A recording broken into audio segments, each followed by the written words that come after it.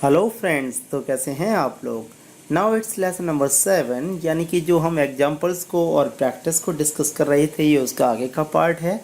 And it is active and passive, it's different and structure based. आप अगर first time इस lesson को देख रहे हैं तो प्लीज़ एक बार ओवरव्यू ज़रूर देख लीजिए। छोटा सा लेसन है और आपको सब कुछ समझ में आ जाएगा। उसके बाद में हम अभी लास्ट तक डिस्कस कर चुके थे कुछ सेंटेंस और टेंसेस के सेंटेंसेस को।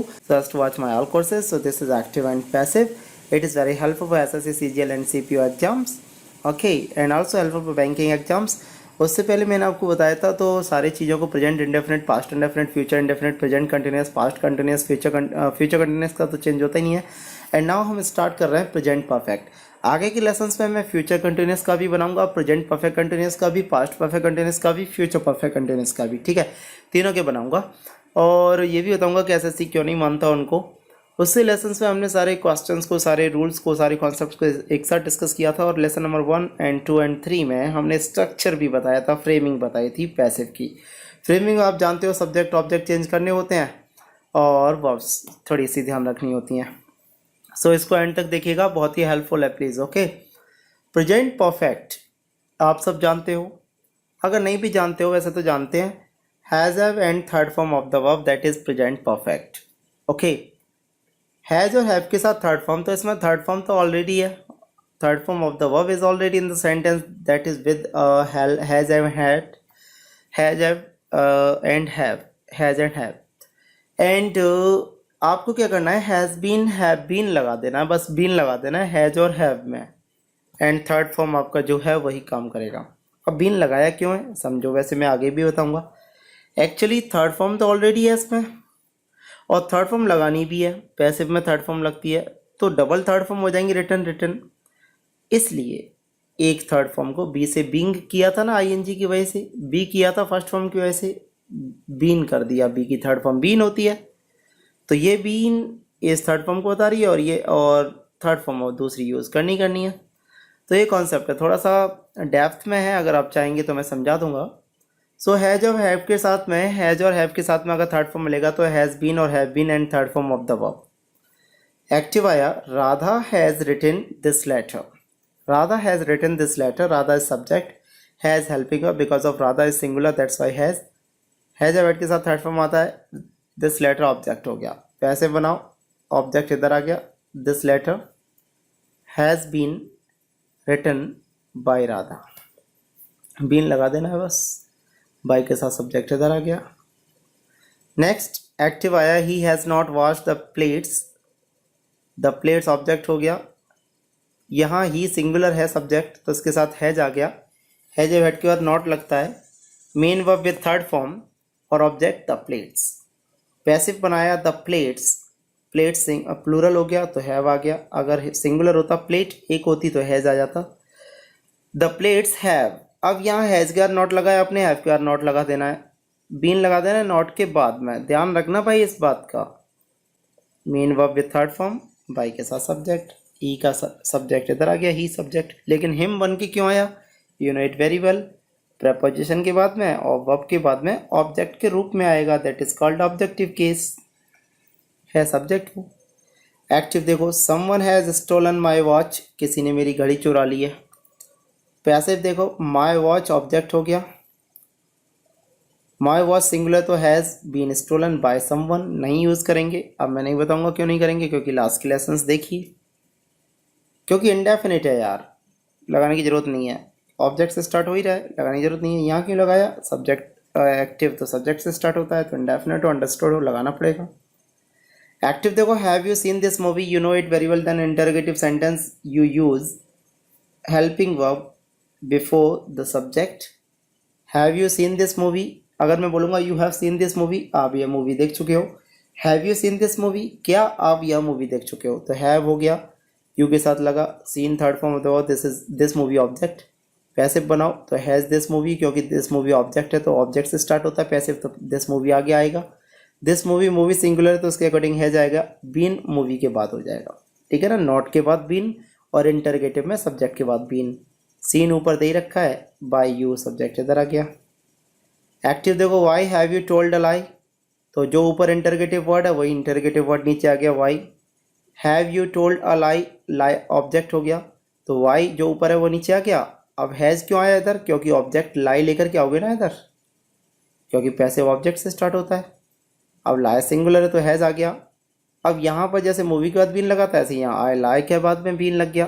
टोल्ड बाई यू, ये यू इधर आ गया। पैसिव देखो, why has this person been called by you, ये पैसिव है, तो हैज़ लगा हुआ है, बीन लगा हुआ है, आप इजीली समझ जाओ। परफेक्ट का है, प्रेजेंट परफेक्ट का, हैड लगा होता पास्ट परफेक्ट का हो जाता, तो बीन लगा हुआ है, थर्ड फॉर्म लगा हुआ है, थर्ड फॉर्म ऑलरेडी होता ही है, तो वाई जो है वो नीचे आ गया वाई। अब बाई यू है ना, तो बाई यू सब्जेक्ट है, तो सब्जेक्ट को अपनी जगह पे ले आओ, Y have you call third form हो गई, बीन लगाने की जरूरत नहीं है, पैसिव में लगता है बीन। तो दिस पर्सन ऑब्जेक्ट हो गया जो कि पैसिव में सबसे पहले यूज हुआ, तो पैसिव में ऑब्जेक्ट से स्टार्ट होता है, तो ये ऑब्जेक्ट है, 2 मिनट में पहचान जाओ। बाई के साथ सब्जेक्ट होता है, ये अपनी जगह पे ले आओ, तो why have you called this person, तो why has this person been called by you, why has this person been called by you. She has been helped, someone has helped him, her. देखो यहाँ passive देखो, she object हो गया, has been helped उसकी मदद की गई है। अब ये नहीं बताया इसमें कि किसने मदद की, तो सब्जेक्ट अननोन है, इंडेफिनिट है, बट जब एक्टिव बनाएंगे तो एक्टिव तो सब्जेक्ट से स्टार्ट होगा। अब जब सब्जेक्ट अननोन होता है, इंडेफिनिट होता है, तो समवन लिखते हैं, समवन हैज़ हेल्प्ड हर।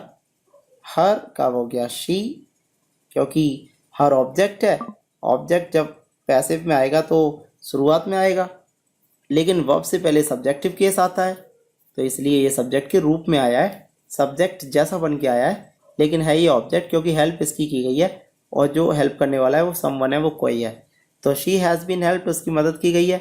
अब इसमें बाय करके कुछ नहीं दे रखा है, तो जब बाय करके कुछ नहीं दे रखा होता है तो कोई ना कोई तो होता ही है, तो someone has helped her.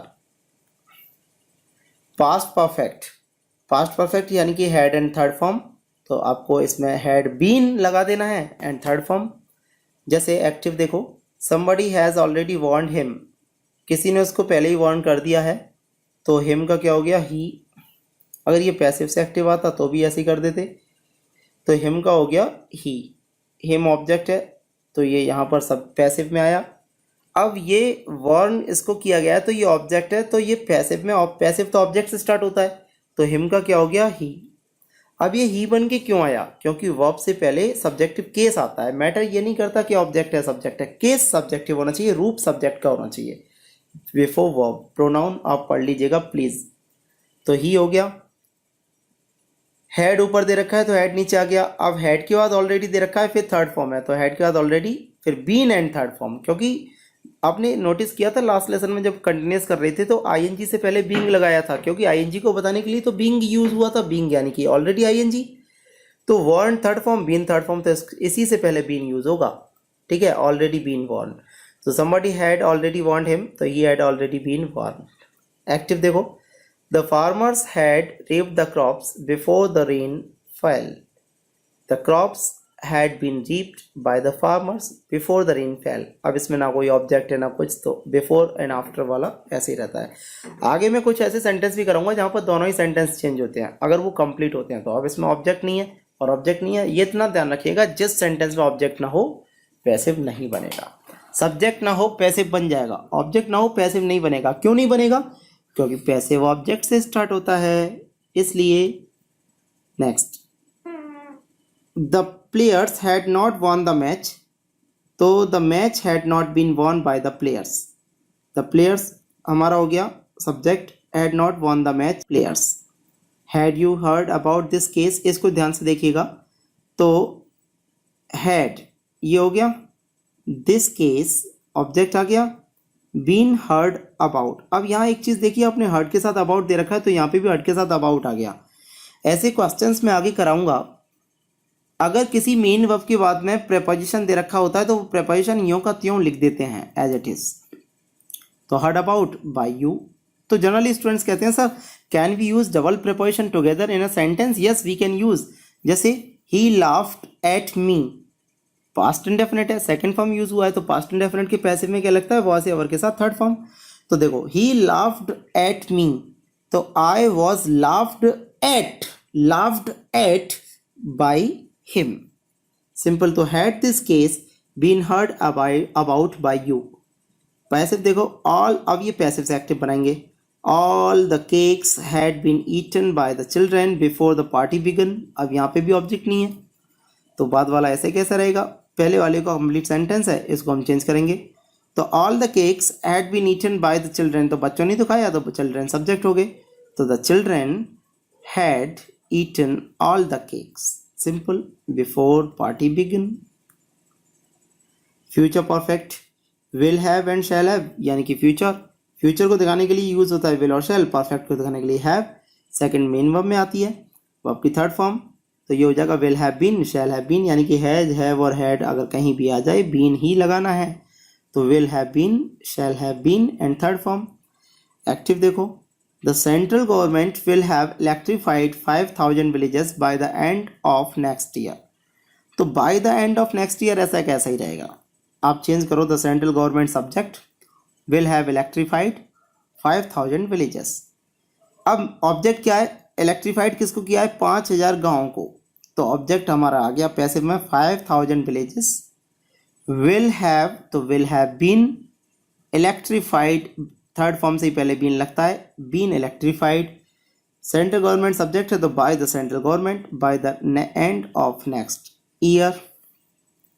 Active देखो, they will have built the house, वे हाउस को बना चुके होंगे, तो पैसिव देखो ऑब्जेक्ट हो गया द हाउस, विल हैव तो will have been built, by them लगाने की जरूरत नहीं है, अंडरस्टूड है।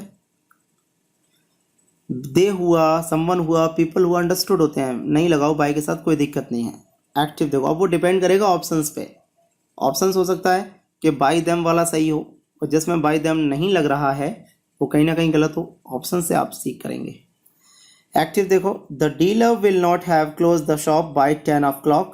10 o'clock इसलिए लिखा है क्योंकि 10 o'clock का मतलब होता है 10 o'clock, घड़ी के 10, ओ क्लॉक इज द एब्रीवेशन, ठीक है। तो द डीलर सब्जेक्ट हो गया, will not have, shall not have use होता है, विल और शैल के बाद नॉट लगती है।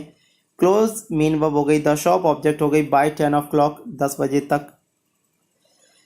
तो द शॉप ऑब्जेक्ट है तो ये सबसे पहले आ गया पैसिव में, the shop will not have been closed by the dealer, subject आ गया by the dealer, bye 10 o'clock या 10 o'clock। एक्टिव देखिए, will you have written a book by the end of this month, तो by the end of this month showing the time, तो ये ऐसा कैसा रहेगा, मेन क्या है will, helping verb, interrogative sentence में हेल्पिंग वर्ब पहले आती है ना, तो विल फिर सब्जेक्ट यू, हैव अब ये बाद में आएगी, second verb not etcetera subject के बाद आता है, बस मेन जो हेल्पिंग वर्ब होती है वो पहले आती है सब्जेक्ट से इंटरोगेटिव में, जैसे आर यू गोइंग तो are you not going etcetera. तो विल सब्जेक्ट हो गया you, have written a book, तो विल, अ बुक ऑब्जेक्ट है तो अ बुक इधर आ गया, have been written, written third form है तो इससे पहले बीन आ गई, बाय यू, यू इधर आ गया सब्जेक्ट बन के, by the end of this month. अब पैसिव से एक्टिव बनाएंगे, the whole house will have been painted by them by 10 o'clock। 10 o'clock मैंने जानबूझ करके लिखा है, 10 o'clock कर लीजिए। तो ये बाय 10 o'clock है ना, ये ऐसा कैसा रहेगा, तो पैसिव देखो, the whole house will have been painted by them. अब यहाँ बाय देम दे रखा है पैसिव में, तो एक्टिव तो सब्जेक्ट से स्टार्ट होता है तो बाय के साथ सब्जेक्ट होता है पैसिव में, तो बाय देम का क्या हो जाएगा दे। अब दे क्यों हुआ, क्योंकि वर्ब से पहले सब्जेक्टिव केस आएगा, भाई ऑब्जेक्ट हो सब्जेक्ट हो, वर्ब से पहले सब्जेक्टिव केस सब्जेक्ट के रूप में, वर्ब के बाद चाहे सब्जेक्ट क्यों ना आए लेकिन ऑब्जेक्ट के रूप में आएगा ऑब्जेक्टिव केस। तो देखो दे, बाय देम का दे हो गया, will have painted the whole house by 10 o'clock। अब इसको एक्टिव से पैसिव बना के देखो, they will have painted the whole house, they हो गया subject, will have painted helping verb main verb हो गया, द होल हाउस ऑब्जेक्ट हो गया, तो ऑब्जेक्ट पहले आ गया, the whole house will have been painted, has के साथ बीन लगती है इन थर्ड फॉर्म, तो the whole house will have been painted by them, देखा by them, simple, by 10 o'clock। लिखो भी बाय देम, नहीं भी लिखो। So all the very best guys, thank you very much.